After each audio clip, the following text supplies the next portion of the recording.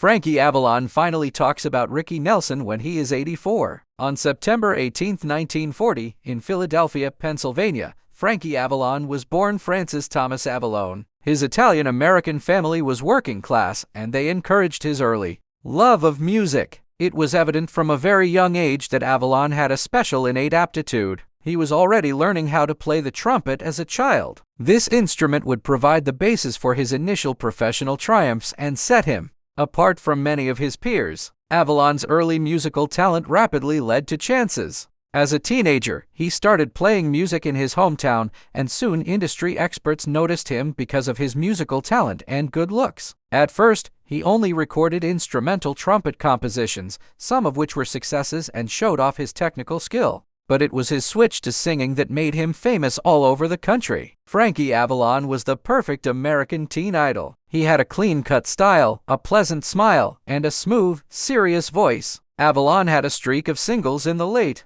1950s and early 1960s that topped the pop charts. Some of these hits were Venus, Why, Just Ask Your Heart, and Don't Let Pass Me By. These songs, which were frequently romantic and honest, really hit home with young people who were going through their first loves and heartbreaks. Frankie Avalon gave people something to hold on to during a period when rock and roll was changing quickly, music that was both exhilarating and safe, as well as passionate. His success didn't last long. He won many gold records and was always one of the best artists of his time. Frankie Avalon didn't just make music, he also made movies. He was a major player in the hugely successful beach party movie genre of the 1960s. Avalon often worked with Annette Funicello in lighthearted, sun-soaked movies like Beach Party, Muscle Beach Party, Bikini Beach, and Beach Blanket Bingo. These movies with catchy music, carefree romance, and youthful energy were cultural touchstones that helped shape a generation's concept of fun and freedom. Fans especially appreciated the relationship between Avalon and Funicello on screen. It showed purity, hope, and the thrill of young love. Some reviewers say these movies are silly, yet their popularity shows that they are not. Frankie Avalon made roles that may have been shallow feel real and loving. His charisma was real, his humor was natural, and being around him was reassuring. These movies gave people a way to escape and be happy during a time of tremendous societal change, traits that still attract followers decades later. As the British invasion and more rebellious rock sounds changed people's musical tastes in the middle of the 1960s, Avalon smoothly changed with them. Instead of going away, he changed the kinds of work he did. He started doing live concerts, appearing on TV, and eventually going on nostalgia tours that glorified the music of his youth. He also showed off his ability as an entertainer by playing both humorous and dramatic roles. One of his most memorable performances was as the teen angel in the popular movie Grease, 1978, when he charmed a new generation of admirers with his self-aware humor and lasting charisma. Frankie Avalon was famous for a long time, unlike many teen stars whose fame faded rapidly. He kept playing, going on tour, and appearing on TV for decades, enjoying the past without letting it hold him back. In the 1978 musical Grease, he had a self-aware cameo and sang Beauty School Dropout.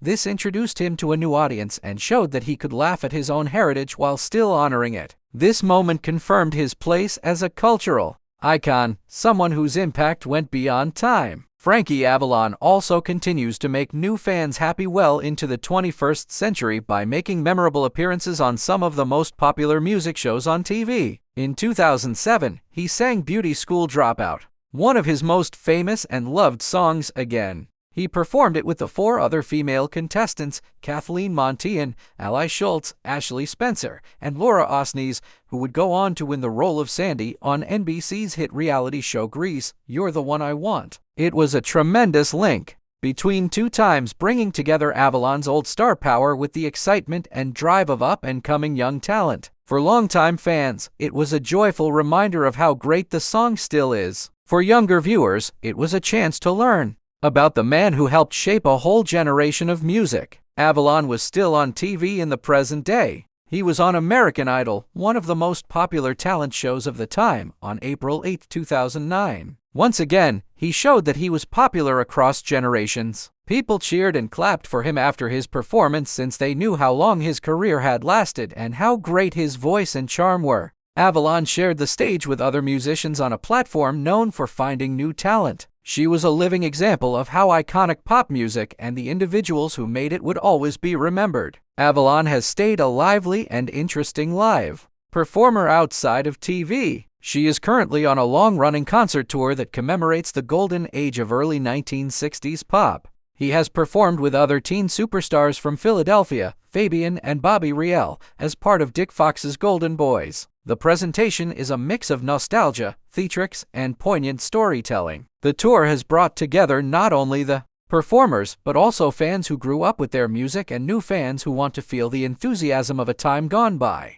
Avalon, Fabian, and Riel have all shared laughs, memories, and classic songs on stage. This has solidified Frankie Avalon's standing as a beloved cultural icon and a great entertainer whose legacy lives on. Frankie Avalon's personal life has always been very different from the popularity and public love that made his work so famous. And at the center of that private universe is his long-lasting marriage to Catherine K. Debel. Avalon was one of the most famous and sought-after young stars in America at the time of their wedding on January 19, 1963. Teen stars didn't often have steady, long-term partnerships, but Avalon's marriage would go on to become one of the longest-lasting love tales from the golden age of pop music. K. Debel wasn't in the entertainment business, which may have been one of the things that first attracted Avalon to her. People adored her not only for her looks but also for her grace, composure, and down-to-earth personality. She won a beauty pageant. People have said that their meeting was refreshingly normal.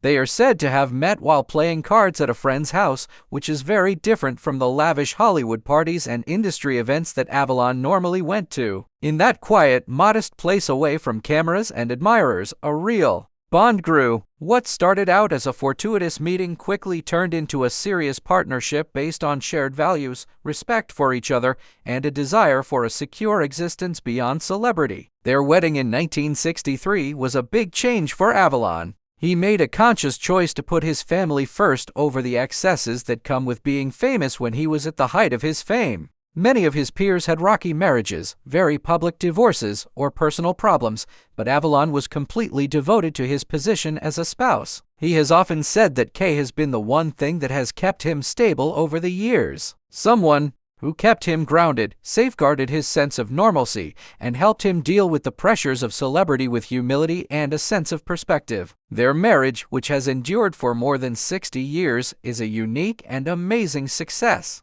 In the world of entertainment, Frankie and Kay Avalon worked together to establish a big, close-knit family. They have 8 kids together, which shows how much they value family, tradition, and being together. To raise such a big family and keep up with a busy job, you had to find a balance and make sacrifices. But Avalon always put his family first. He regularly cut back on his work so he could be there for his kids, going to important events, enjoying everyday moments, and creating a home based on love and stability instead of fame and privilege. The Avalon family kept growing over the years, and they eventually had 10 grandkids. Frankie has talked about becoming a grandfather with joy and love, and he has embraced that part of his life with the same zest he used to bring to the stage and film. Family gatherings, holidays, and shared rituals became a big part of who he was. They made him believe that the life he built with Kay and their children was his greatest achievement, not chart-topping hits or box office successes. Frankie Avalon, JRB, one of their kids, briefly followed in his father's footsteps and became an actor. People remember him most for his role in the original The Karate Kid, which has since become a classic. Even though Frankie JRB's acting career didn't last long, being in such a famous movie added to the Avalon family's ties to American pop culture. The Avalon kids were never forced into the spotlight, which is important. Frankie and Kay told them to follow their own paths, whether in show business or not. They stressed the importance of education, independence, and personal satisfaction over celebrity. Frankie Avalon, who is 84 years old, finally decided to share a part of his life that he had kept secret for a long time. The difficult, emotional recollections he has of being friends with Ricky Nelson. He thought that time had dulled the sharpest edges of nostalgia, so he could talk about it without anger or competition, but with perspective, love, and honesty. Avalon no longer saw the world of adolescent idols as a fight. Instead, she saw it as a stage where 2 young guys grew up in the same bright spotlight. Avalon said. People always wanted to put us against each other. Ricky and I were supposed to be enemies, like there was only room for one of us. But the truth is that we were just two kids trying to figure out who we were while everyone else was watching. He thought about how quickly they both became famous, how fans who screamed and records that topped the charts came long before emotional growth. In that maelstrom, Avalon thought Nelson was more experienced but also more burdened than he had been before. He was already famous from the experiences of Azzy and Harriet. I liked Ricky more than most people knew. Avalon remarked that music was in his blood. He didn't wear rock and roll like a clothing. It was a part of him. Avalon remembered watching Nelson grow as an artist and wanting to be seen as more than just a TV star. He really connected with that fight. Success put us both in a box. People loved us for what we stood for, but they didn't always want us to go bigger. Avalon said that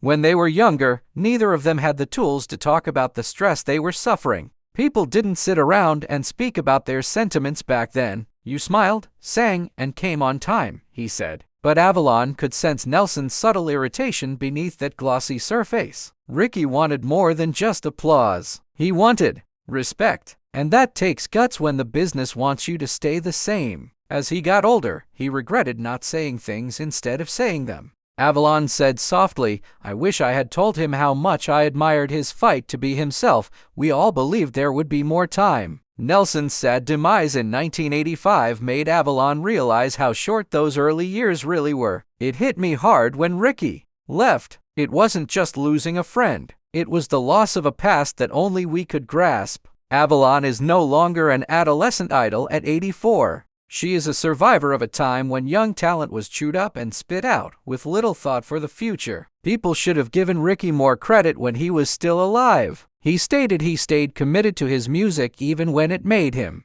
less famous. That takes honesty. There is no longer sadness in his voice, just respect. History has been kind to him than the present, and I'm glad about that. Avalon's thoughts are not about competition, but about brotherhood that was formed in difficult situations. He came to the conclusion that we were part of something bigger than ourselves, and Ricky was important to him.